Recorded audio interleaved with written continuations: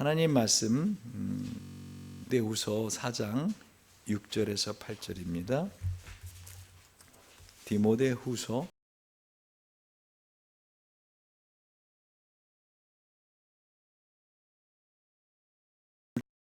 이 말씀은 엄영 시리즈 두 번째로 최선의 완주를 하라는 제목을 함께 보기 원하는데요.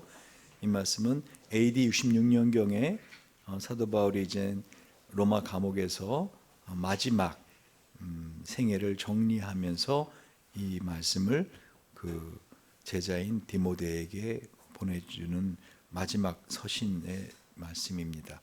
그래서 디모데 우리 한번 1절부터 제가 한번 5절까지 읽을 터이니까 여러분이 잘 들으시고 그리고 6절에서 8절은 같이 한번 보도록 하겠습니다.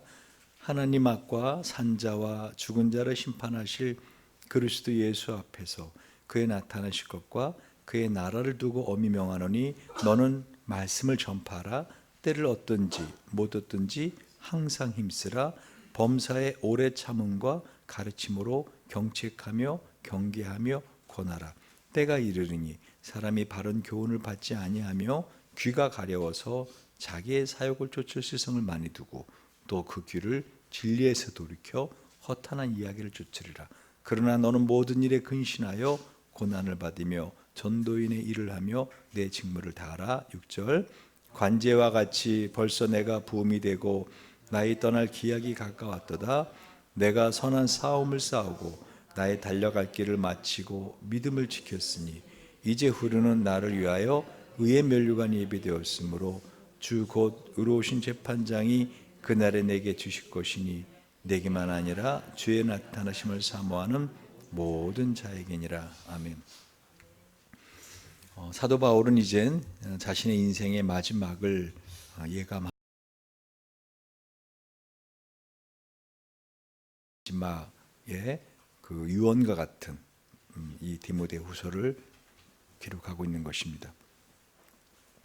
여러분, 특별히 오늘 사도 바울이 내가 부음이 되고 나의 떠날 기약이 가까웠다라고 말하는 거 볼 때 이 관제라고 하는 것은 여러 가지 하나님 앞에 드리는 제사, 소제나 번제나 채소로 드리는 번제나 또 화목제나 또 속죄제나 속건제나 여러 가지 제물이 있는데 제사가 있는데 그 제사를 드리고 나서 그 마지막의 순서가 그 제물이 타고난 재를 갖다가 재가 날리지 않도록 하는 것도 있지만은 그 포도주를 붓는 일입니다. 그러니까 처음에 제사의 순서를 보면 우선 제물을 닦겠죠. 물을 해서 닦습니다. 그리고 껍데기를 벗기고 그리고 그 제물을 뼈를 꺾고 내장을 긁어내고 그리고 콩팥과 여러 곳에 있는 그 기름들을 떼어내고 그래서 그 기름을 따로 태우고 한 이런 순서 중에서 마지막 순서가 뭐라고요? 이 포도주를 붓는 일입니다. 그러니까 지금 사도 바울은 자기 자신을 갖다가 하나님 앞에 제물처럼 다 드렸다는 거예요. 그래서는 마지막 자신의 모든 힘과 마음과 모든 것을 하나님 앞에 다 쏟아붓는 관제, 포도주를 다 쏟아붓는 관제와 같이 내가 이젠 이 세상을 떠날 시간이 되었다라고 말을 하고 있는 것입니다. 제가 그 목사이다 보니까 몇 명 정도를 제가 임종 기도를 했나 했더니 못 세겠어요. 엄청나게 많아요. 숫자가 몇십 명인지 내가 마지막 기도를 해주신 분들. 지난번 마지막은 그 여러분 나무엔 가수 있죠? 그 나무엔 가수 아버님이 위독하시다 그래서 오랫동안 호스피스 병동에 계셔서 제가 가서 그 마지막 임종 기도를 해드렸어요. 혹시 모르니까. 그래서 평생 지은 죄를 사해 주시기를 그리고 하나님의 그 나라에 들어가기를 허락해 주시기를 그 마지막 기도를 해드렸는데 그러고 나서는 돌아가셨어요. 그래서 나무엔 가수가 목사님 오셔서 임종기도 안 해주셨으면 우리 아버님 그렇게 또렷한 정신으로 임종기도 못했을 텐데 너무 감사하다고 언제 저에게 와가지고 이렇게 한번 찬양을 콘서트를 그냥 열어드리겠다고 약속을 한 적이 있습니다. 그리고 나서 저희 장모님이 제가 그저께 임종기도를 해드렸어요. 제가 가서 임종기도를 해드렸습니다. 그런데 임종기도를 하고 나서 며칠 동안에 그 눈을 감고 눈을 뜨지 못하시던 분이신데 눈을 번쩍 뜨시는 거예요. 그리고 뭔가를 뚫어지게 바라보십니다. 이러시면서 뚫어지게 바라봐요. 그래서 제가 아마 그 아버님, 그 신랑 김희천 목사님을 보시나 보다 그렇게 생각을 했습니다. 그리고 눈을 감고 이제는 마지막 숨을 쉬고 운명하셨습니다. 여러분, 인생은 오늘 사도 바울이 말하는 것처럼 누구나 한 번은 죽습니다. 근데 여러분, 우리는 인생을 살면서 자신은 안 죽을 사람처럼 사는 거 아십니까? 마치 안 죽을 사람처럼. 언젠간 죽겠죠. 언젠간 죽겠죠. 그러나 뭐 언제 죽을지는 모르지만 나는 아닙니다 라고 하는 생각을 갖고 사는데, 여러분, 인생에는 오는 순서는 되어 있지만 가는 순서는 없습니다. 그런데 이 사도 바울의 디모데후서 4장에 있는 이 말씀을 보면은 사도 바울은 인생을 뭐로 본 거예요? 이 올림픽 경기로 봤어요. 그래서 내가 선한 싸움을 싸우고 할 때 이 선한 싸움이 뭐죠? 바로 복싱입니다. 그때도 권투가 있었거든요. 그래서는 그때 권투, 선한 싸움을 싸운다. 또한 사실은 이 올림픽 달리기 하는 것도 선한 싸움 아닙니까? 싸움은 선한 싸움이 있고 악한 싸움이 있어요. 악한 싸움 뭐죠? 서로 감정적으로 대립해서. 근데 운동선수들끼리는 그런 감정적으로 서로 미워해서 싸우는 거 아니죠. 심지어는 권투 선수도 어떻게 이기려고 하는 거지 그 상대방을 미워해서 그렇게 때리는 거 아니잖아요. 그렇죠? 마라톤도 마찬가지입니다. 선한 싸움입니다. 우리 인생은요, 다 선한 싸움입니다. 어떻게 보면은 경주하고 있는 것입니다. 그래서 내가 선한 싸움을 싸우고 나의 달려갈 길을 마쳤다라고 말하고 있는 것입니다. 그 사도 바울은 이 인생을 마라톤으로 보고 있는 것입니다. 여러분, 우리 인생은 딱 태어나는 순간 마라톤 경기가 시작된 겁니다. 딱 태어나는 순간부터 여러분 지금 달리고 있습니다. 마라톤은 아주 힘든 경기입니다. 그런데 저는 오늘 이 말씀을 가만히 묵상하면서 여러분, 다른 인생은 서로 경쟁하다 이 인생 끝나면 어떻게 되죠? 다 얻은 거 다 내려놓고 가야 돼요. 여기서 아무리 돈을 많이 벌었건 아무리 높은 지위에 올랐건 어떡하죠? 인생 숨을 쉬면은 다 놓고 갑니다. 맞죠? 그런데 오늘 사도 바울이 말하고 있는 이 경기는 인생에서 끝나지 않는, 다시 말하면 영원한 하나님의 나라에 가서 그야말로 면류관을 받을 그러한 영원한 하나님의 나라의 영생의 마라톤을 우리가 시작했다는 것입니다. 이러면 동네에서 아무리 열심히 막 그냥 42.195를 자기가 정해놓고 뛰어도요, 사람들이 막 한 1000명이 뛰어요. 마당에 저 잠실 경기장에서부터. 근데 대회가 아니야. 특별한 대회가 아니야. 그러지 아니 뭐 동네 대회 그래. 뭐 동사무소 주최 동장 뭐 대회 할 수 있어요. 그런데 여러분, 세계 올림픽 마라톤에 아무나 추천합니까? 세계 올림픽 마라톤에 아무나 추천한다면 어떻게? 일단 저도 한번 나가 볼랍니다. 한번. 그죠? 뛰다가 못 뛰는 한이 있더라도 텔레비전에 한번 나와 보겠습니다. 마라톤어로서. 여러분, 이건 세계 올림픽 마라톤이 아니라 하나님의 나라 영원한 상급을 받는 그 마라톤에 참여했다는 것만으로도 우리에겐 큰 기쁨입니다. 영광입니다. 아멘.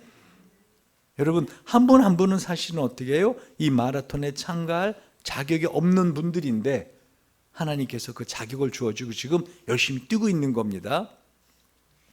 마라톤은 42.195km를 뛰는데요, 가장 힘든 지점이 약 30km 되는 지점이랍니다. 그게 바로 인간의 모든 육체의 한계에 이르는 지점에 30km를 달리면 이거를 데드 포인트, 죽음의 점, 죽음의 시점이라 그래요.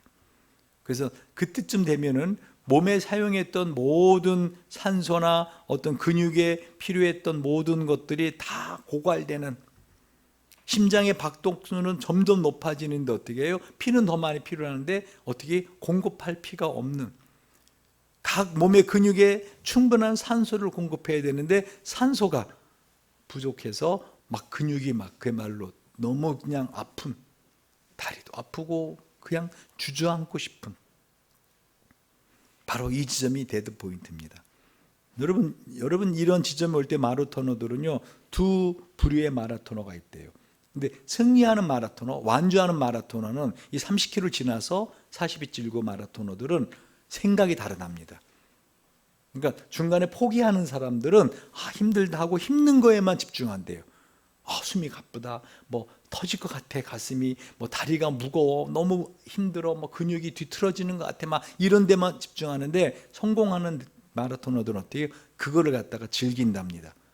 드디어 심장이 어떻게 터질 듯이 하구나, 근육이 뒤틀어지는구나, 그래, 그런데 나는 지금 달리고 있다 라고 할 때 똑같은 상황인데 그렇게 생각을 바꿀 때 오히려 그 뇌에서는 기쁨의 엔돌핀이 나오기 시작하고 그때부터 속도가 오히려 막 붙기 시작한다는 것입니다. 여러분, 인생은 마라톤입니다.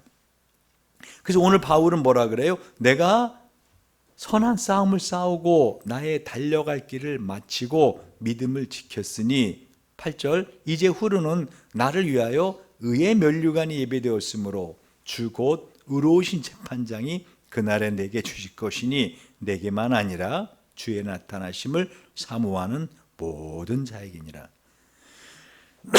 여러분, 고린도후서 5장에 보면은요, 만일 땅에 있는 우리의 장막집이 무너지면 하나님께서 지으신 집, 곧 손으로 지은 것이 아니요 하늘에 있는 영원한 집이 우리에게 있는 줄 아나니 과연 우리가 여기 있어 탄식하며 하늘로부터 오는 우리 처소로 덧입기를 간절히 사모한다라고 말하고 있어요. 여러분, 사람이 죽은 다음에 땅에 묻히던 화장을 하던 수목장을 하던 예수님 다시 오시면은 몸이 살아납니다. 그런데 여러분이 어떤 몸으로 살아나냐 할 때 고린도전서 15장에 보면은 바로 설명이 되어 있습니다. 여러분, 여기 있는 꽃이 어때요? 심겨질 때는 그냥 이 모습으로 심겨지지 않고 씨앗, 꽃하고 전혀 색깔이나 모양이나 크기가 다르는, 그런데 그 씨앗이 땅에 떨어져 썩어서 없어지지만 거기에서 이런 꽃이 나오고 이런 나무들이 나오듯이 저와 여러분의 몸은 땅에 떨어져 썩어서 없어지지만 어떻게 해요? 바로 이 몸에서 부활의 몸으로 다시 덧입습니다. 근데 고린도서 15장 부활장을 보시면은요, 그 몸이 똑같은 형체가 아니라고 돼 있어요. 그 부활의 영광의 급이 다르더라는 거예요. 그러니까 영원히 살 그런 몸을 갖고 사는 겁니다. 여러분 혹시 그런 영화 배우들 보면은 뭐 장동건이나 잘생긴 사람들 보면 어때요? 남자들, 여성들 같은 경우도 나도 저 정도만 생겼어도, 그죠? 나도 저 정도만 생겼어도, 우리 민규 형제 같이 춤을 잘 추는데, 그죠?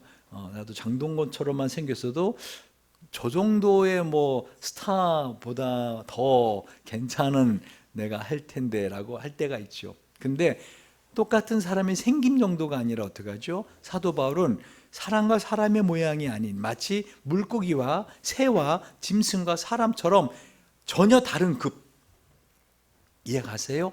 우리가 부활할 때 영원히 살 몸은 다른 형태, 다시 말하면 부활의 영광의 다른 형태로 우리는 부활할 것이라는 것이에요. 그래서 그 영원히 있고 살 부활의 형태의 몸을 입기 위해서 이 땅에서 어떻게 하는 거예요? 최선의 노력을 경주하며 사는 것입니다. 아멘. 그래서 만일 땅에 있는 우리의 장막집이 무너지면 이게 뭐예요? 내 몸이 땅에 있는 장막집이에요. 그래서 몸도 집이라 그러죠. 몸집이 크다, 몸집이 작다. 그럼 어떻게 해요? 예수님 오시면 우리에게 새로운 처소, 부활의 몸으로 우리를 새롭게 하신다는 거죠. 여러분, 성경은 분명히 말씀하고 있습니다. 뭐를요? 사람이 한번 죽는 건 정한 이치이지만 그 이후에 심판이 있다. 예수 믿지 않는 사람들에게는 그 심판은 두려운 시간입니다. 그 심판은 어떻게 하죠? 자신의 죄를 어떻게 자신이 감당할 수밖에 없잖아요. 내가 지은 죄 내가 감당해야죠. 내가 나쁜 거 받고, 내가 나쁜 거 말했고, 내가 나쁜 행동했으면 어떻게 해요? 그 누가 책임을 져야 돼요? 내가 책임을 져. 내가 지은 죄값. 근데 예수 믿는 사람들은 하나님께서 그 죄를 예수가 감당하도록 했기 때문에 우리는 죄의 심판은 받지 않습니다. 그런데 우리가 받을 심판은 뭐예요? 그러니까 의의 심판. 내가 살면서 예수 믿고 살면서 정말로 참기 힘들었는데 예수를 바라보고 믿음으로 견뎌냈던 그 시간들, 그 사건들을 주님은 다 기록하셨다가 어떻게 해요? 그것을 상을 주신다는 거예요. 아멘. 그러니까 근데 그 일이 큰 일이 아니에요. 지극히 작은 일이에요. 별거 아닌 것 같은 일, 무시해도 되는 일 같은데 그 일을 예수를 믿는 믿음을 갖고 최선을 다해야 할 때 주님은 그거를 다 기록했다가 어떻게 해요? 마태복음 25장에 있는 것처럼 창세로부터 너희를 위해 예비된 나라를 상속하라. 하나님께 복받은 자들이요 하면서 우리에게 이 그리스도의 심판대 앞에서, 그러니까 1등한 마라토너 1등한 사람은 어떻게 해요? 그 시상식 심판대가 너무너무 기다려지는 시간입니다. 우리가 담대하여 원하는 바는 차라리 몸을 떠나 주와 함께 거하는 그것이라. 그런즉 우리는 거하든지 떠나든지 주를 기쁘시게 하는 자 되기를 힘쓰느라. 이는 우리가 다 반드시 그리스도의 심판대 앞에 드러나 각각 선악간에 그 몸으로 행한 것을 따라 받으리 함이라. 제가 어제 그렇게 돌아가신 장모님 때문에 그 조문을 왔던 분 중에 그 연안교회 그 이각구 안수 집사가 있어요. 그래서 안수 집사인데 정말 그분은 충성 그 자체예요. 제가 이제까지 많은 크리스천을 봤지만 그렇게 충성스러운 분을 본 적이 없어요. 항상 주님 몸된 교회 일의 우선입니다. 그 회센터를 하시는데 그걸 접어두시고 요즘 꽃게만 이렇게 하는 그 사장을 하시는데, 근데 이분은 교회 일이 언제나 자신에겐 최우선이에요. 그래서는 목사님이 아프실 때도 그랬고 사모님이 그렇게 아프실 때도 그랬고 돌아가시고 나서도 어떻게 해요? 제일 먼저 와서 끝까지 어저께도 늦게까지 와서 그 자리를 지키고 하다가 오늘 새벽에 또 천하 목사가 미국에서 온다니까 새벽 5시 반에 또 공항에 가서 픽업해서 데려다 모셔오고 참 특별해요. 항상 겸손합니다. 제가 그분에게 식사하면서 이런 말 했어요.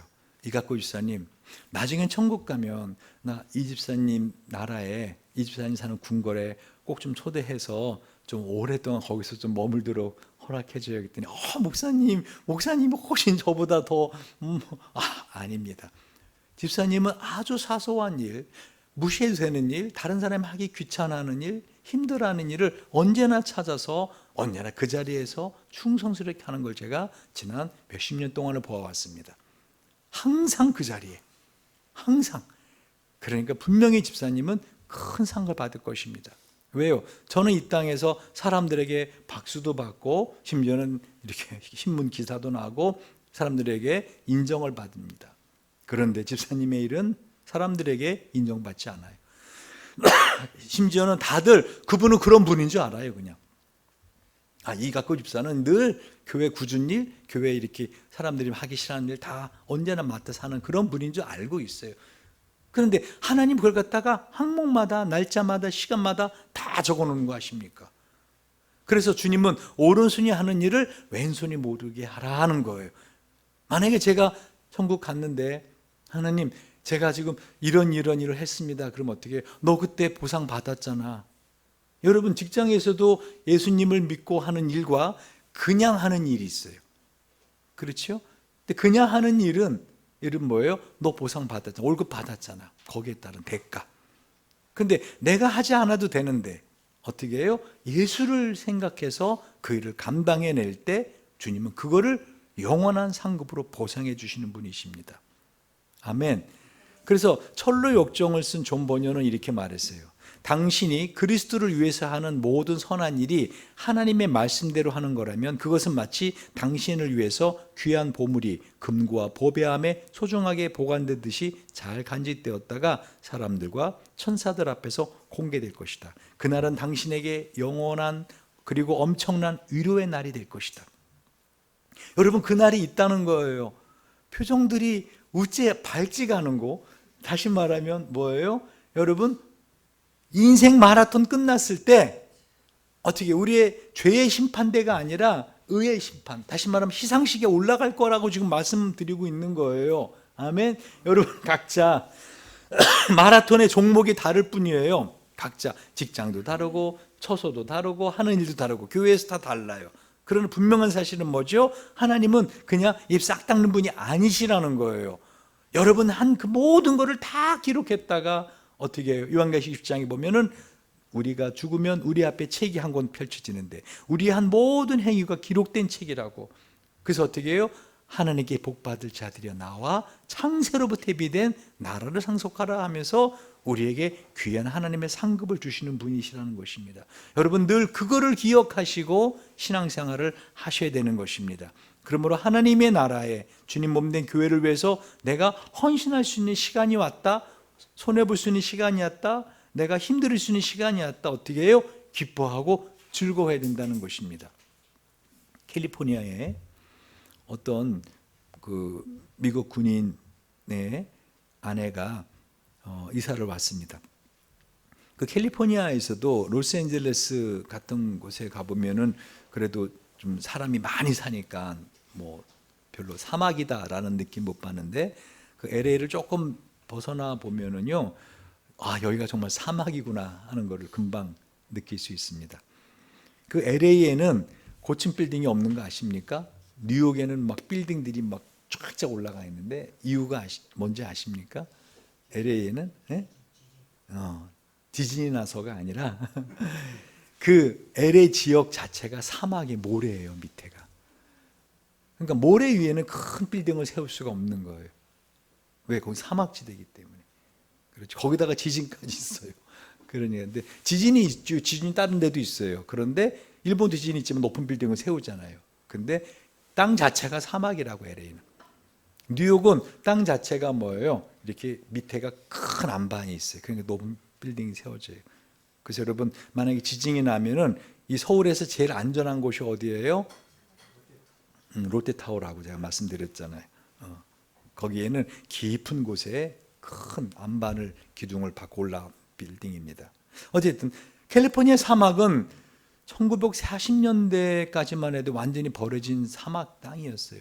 근데 이 군인인 남편을 따라서 이 사막으로 왔던 한 부인이 하루 종일 모래바람만 보는 거예요. 사막에 뭐가 있어요.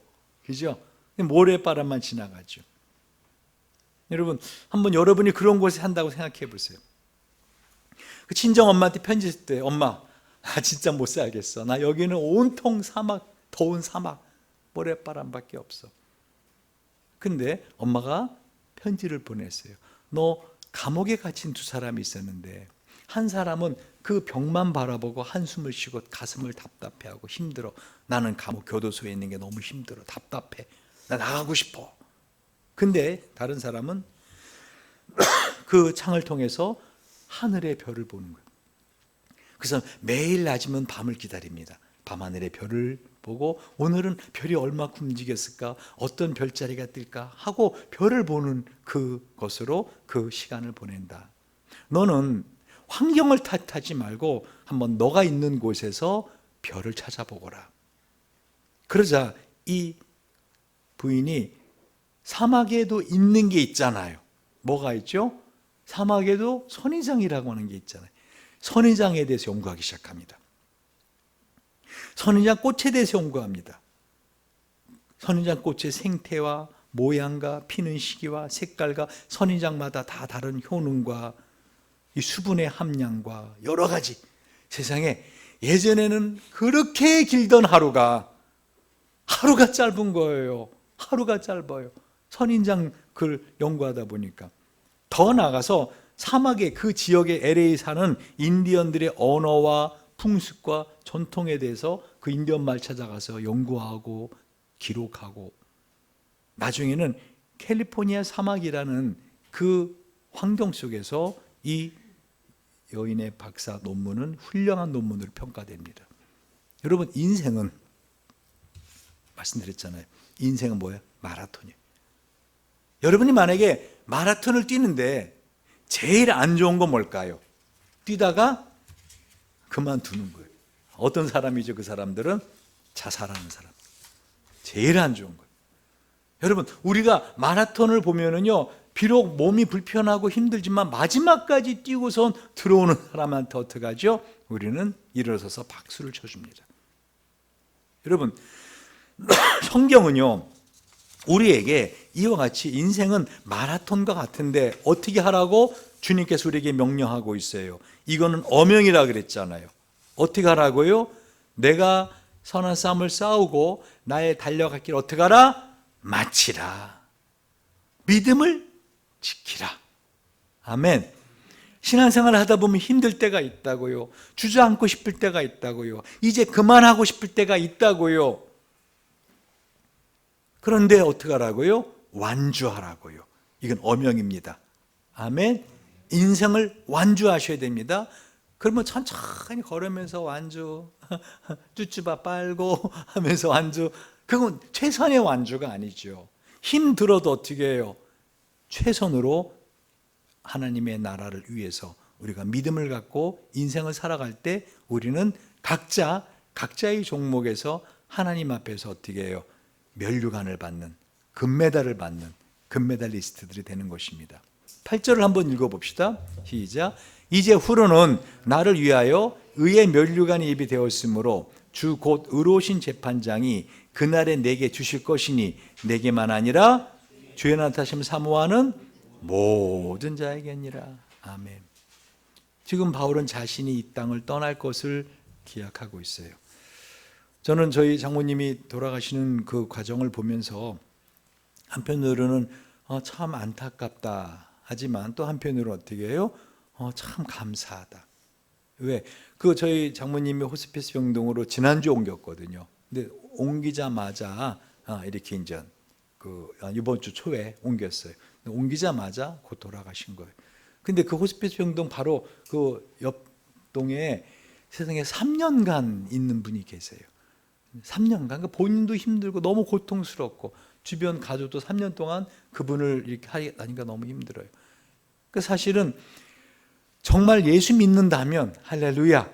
우리는 이 땅에 미련을 가질 게 없는 거예요. 왜? 우리 진짜 인생은 뭐예요? 이 땅이 아니라 하나님의 나라에 시작하니까. 아멘. 사실 우리가 가장 부러워야 될 사람은 누구예요? 우리 손찬희 집사님 어머니예요. 연세가 제일 많으시잖아요. 그죠? 우리는 부러워해야 돼요. 왜? 중요한 건 뭐죠? 믿음으로. 아멘. 믿음으로 인생을 살아가라는 것이죠. 그래서 사도 바울처럼 내가 이제는 떠날 때가 되었다. 내가 벌써 부음이 되고 관제와 같이 다 부어졌다는 거예요. 나의 떠날 기약이 가까웠다. 이 떠나다라는 것이요, 아날루시스라는 헬라어인데 이게 뭐냐면은요, 두 용도로 쓰일 때 써요. 첫 번째는 이스라엘 백성들은 이 목동 일 하잖아요. 그러니까 천막을 가지고 다니잖아요. 천막을 한 장소 다른 장소로 갈 때 그 천막을 묶었던 줄을 풀 때 어떻게 해요? 아날루시스, 떠나다. 또 다른 용어는요, 배가 항구에 묶여 있다가 닷줄을 이젠 풀고 어떻게 해요? 떠날 때 그때 이 아날루시스 말을 해요. 다시 말하면 따라하세요. 인생은 죽음으로 끝나지 않는다. 그때부터 진짜로 어떻게 해요? 영원한 영광의 삶, 영원한 기쁨의 삶, 사는 것처럼 사는, 아프지도 않고 눈물도 없고 정말 천사들의 섬김을 받으면서 왕 같은 제사장으로 사는 삶이 시작되는 것입니다. 아멘. 말씀을 정리할게요. 여러분, 사도 바울은 지금 우리에게 자신의 인생이 다 됐음을 말을 하면서 자신이 그리 한 것처럼 우리도 이 인생이라는 마라톤을 완주할 것을 말씀하고 있습니다. 고린도서 9장에 보면은요, 사도 바울이 인생을 얼마나 열심히 살았는가를 우리는 잘 알 수가 있어요. 사도 바울은 내가 모든 사람에게 자유하지만 모든 사람에게 종이 된 것은 더 많은 사람을 얻고자 함이라 하면서 사도 바울은 모든 사람 앞에 어떻게 종이 된 심정을 가지고 이와 같이 모든 영혼을 위해 살았습니다. 그 이유가 뭐예요? 내가 복음을 위하여, 뭐를 위하여? 복음을 위하여, 모든 것을 행함은 복음에 참여하고자 함이라. 운동장에서 다름질하는 자들이 다 달아날지라도 오직 상 얻는 자는 하나인 줄 너희가 알지 못하느냐? 너희도 얻도록 이와 같이 다름질하라.